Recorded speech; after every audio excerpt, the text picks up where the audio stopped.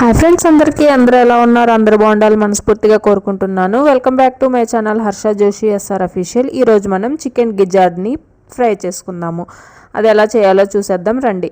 Chicken గిజార్డ్ని తెలుగులో సాధారణంగా కందనకాయ లేదా రాళ్ళ గుండె అని పిలుస్తారు. ఇది కోడి కడుపులోని కండరాల భాగం. దీనిని తరచుగా ఫ్రై, కర్రీ లేదా సూప్లలో ఉపయోగిస్తారు. ఇది చాలా రుచికరంగా ఉంటుంది.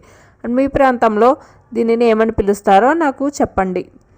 Chicken gizzard protein, iron, zinc, selenium, vitamin B12 వంటి పోషకాలతో నిండి ఉంటుంది. కొవ్వు తక్కువగా ఉంటుంది. కండరాల నిర్మాణానికి, రోగనిరోధక శక్తికి సహాయపడుతుంది. ఇది తక్కువ ధరకే లభించే ఆరోగ్యకరమైన ఆహారం.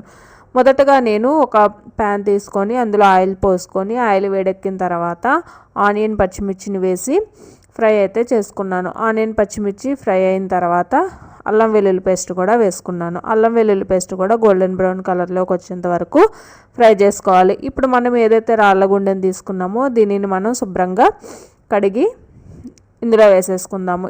ఇందులో ఉన్న వాటర్ మొత్తం బయటకు వచ్చేంత వరకు కూడా దీనిని ఉప్పు, పసుపు వేసుకొని మగ్గించుకుందాము.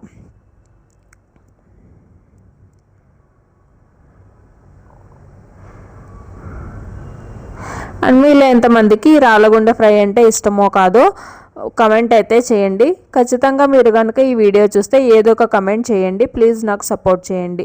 ఇందులోకి నేను ఉప్పు, కారం, పసుపుతో పాటు ధనియాల పొడి కూడా వేసుకున్నాను. అల్లం వెల్లుల్లి పేస్ట్ వేసాం కాబట్టి కొంచెం అంటే కొంచెమే గరం మసాలా వేసాను అనమాట.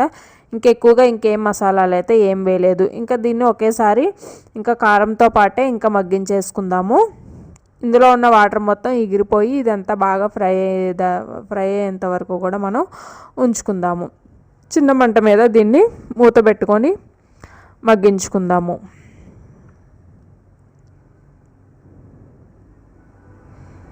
చూడండి ఫ్రెండ్స్, ఇందులో ఉన్న వాటర్ మొత్తం ఎగిరిపోయాయి. ఇంకా కొద్దిగా వాటర్ ఉన్నాయి, ఇవి కూడా ఎగిరాలి. ఆల్మోస్ట్ ఉడికింది మనకి. ఈ వాటర్ మొత్తం ఎగిరిపోయి మనకి డ్రైగా అయిపోవాలన్నమాట ఫ్రై అంటే. అలా అయ్యేంత వరకు కూడా ఉంచుకుందాము.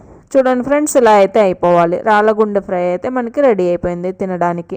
టేస్ట్ చూసుకొని సాల్ట్ ఏమన్నా సరిపోతే ఇప్పుడే వేసుకోండి. కారం ఎక్కువ తినాలనుకునే వాళ్ళు ఇంకొంచెం కారం ఎక్స్ట్రా వేసుకోండి. మనకి మసాలాలన్నీ కూడా కరెక్ట్గా సరిపోతే రాళ్ళగుండె ఫ్రై అనేది చాలా అంటే చాలా బాగుంటుంది, చాలా టేస్టీగా ఉంటుంది.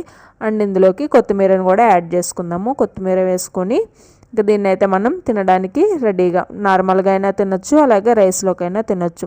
ఈ వీడియో కనుక మీకు నచ్చినట్లయితే ప్లీజ్ లైక్ చేసుకోండి, అలాగే షేర్ చేసుకోండి.